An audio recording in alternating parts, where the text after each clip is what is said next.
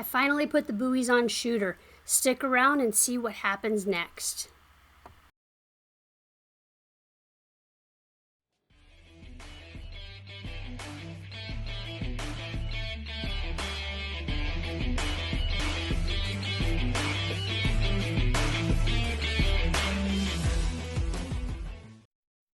Welcome back to Becky, Amio Horse Training and doing groundwork with Bonnys Six Shooter. Now, I'd been putting off working with the buoys with him for a really long time. If you guys have been following for any period of time, you guys know that Shooter is really reactive, and so I know that the buoys cause reactions in even the quietest of horses. And so I'd been avoiding it and finding something else to distract me or just trying to work in the same place for a really long time. But if you know anything about progress, you don't make progress if you stay in the same place for a really long time. You get the horse really comfortable with it, but you know what else happens?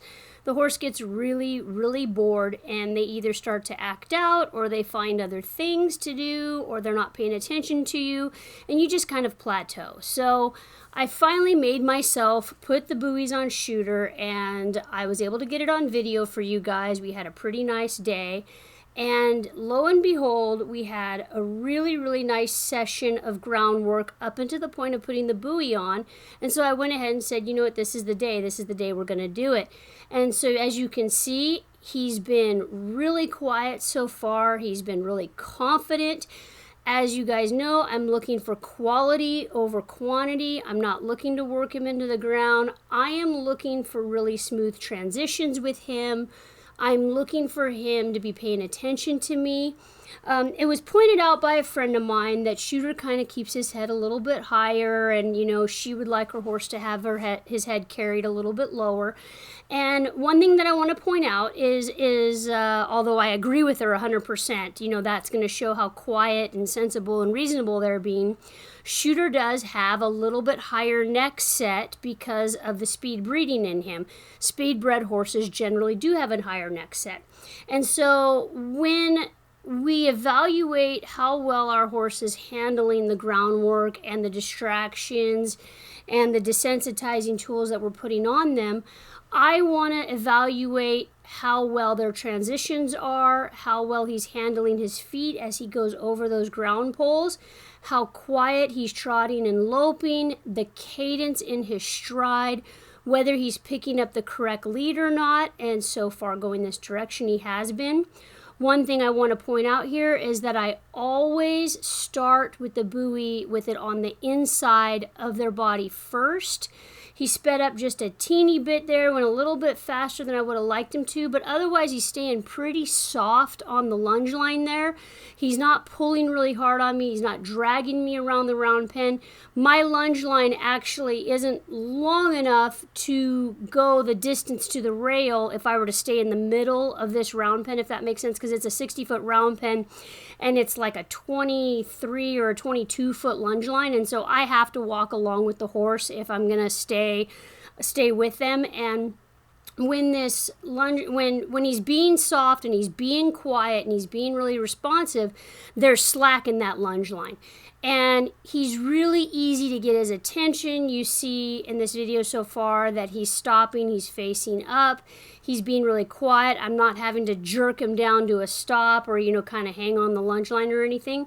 He's behaving really well as far as when I go to send him off and change directions. And again, I always refer back to what Shooter was like in the very beginning. And if you guys have not seen those videos, I encourage you to go back and watch, because he was pretty tough when he was younger.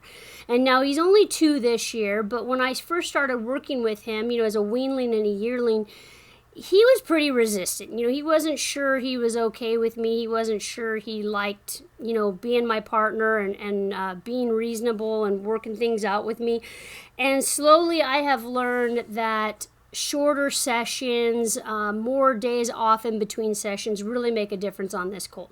So again, I go back to quality over quantity.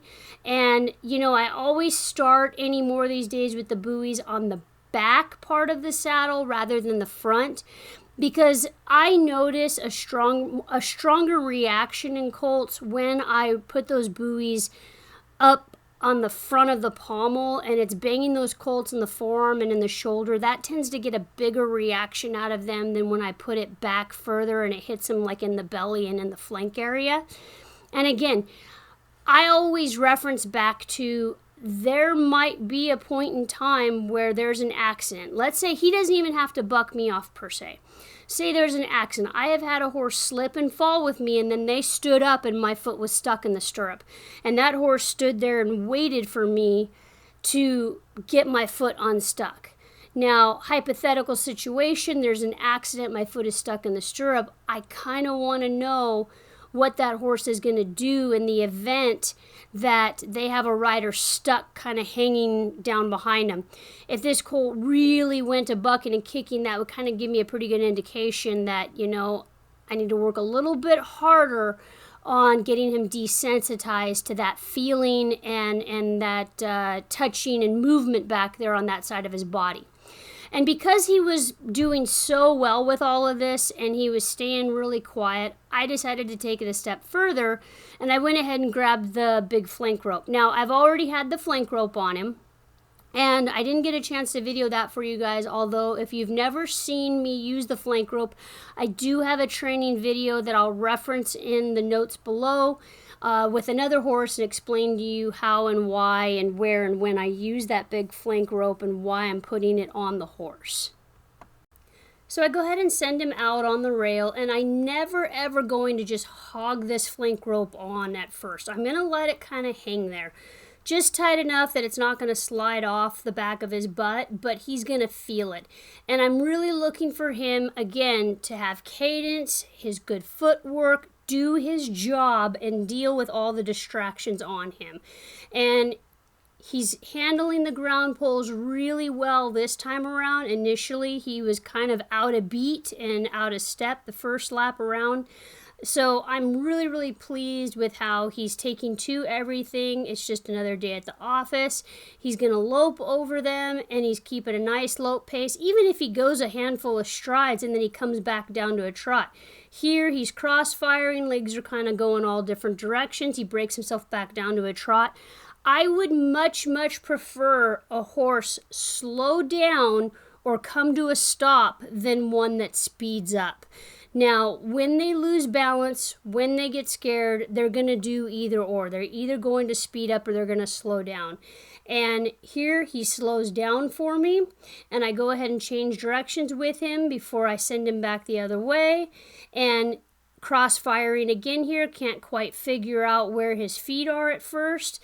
And then he takes the correct lead over on the far side there as he's coming around.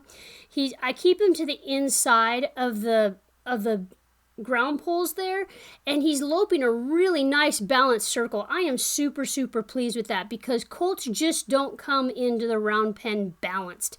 This is a lot of work that I've put into this horse, keeping him soft on the line, dealing with the distractions, and then loping this what probably is about a 45-foot circle once you bring him in off those ground poles.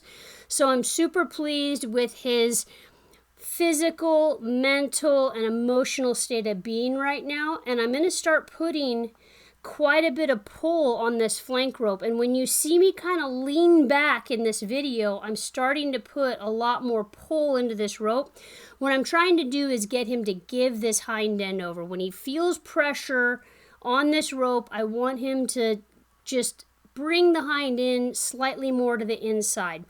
There's going to be a little bit of resistance simply for balance sake, and you're going to have that, but I want him to give it slightly over, and you'll see a slight bend in his hip when he finally gives in, and he comes down to a complete walk. He's really focusing on me. There's always an ear cock this whole time. I'm pulling as hard as I can. You can see me just leaning. You see how tight that rope is?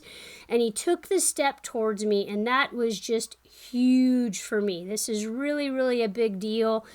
This is one of the ultimate, feels for, a good quality session in my groundwork, and this colt puts his head down long and low.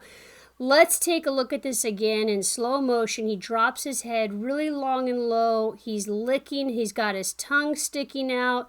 He's really happy, and this is where we like Shooter to be in a good headspace. He downregulates himself. He's finding his own release, and that is super, super cool for me. He starts to take a step forward towards me. I go ahead and release the pressure and go ahead and rub all over his face. I'm going to call it a day with that. I'm super pleased with his performance today and the quality of our session. I sure appreciate you guys watching and following along with all of Shooter's progress. I will continue to keep you updated as we go with more groundwork, and hopefully in the next few sessions we'll be getting into his first ride. Thanks for watching. I hope you guys have a great rest of your day.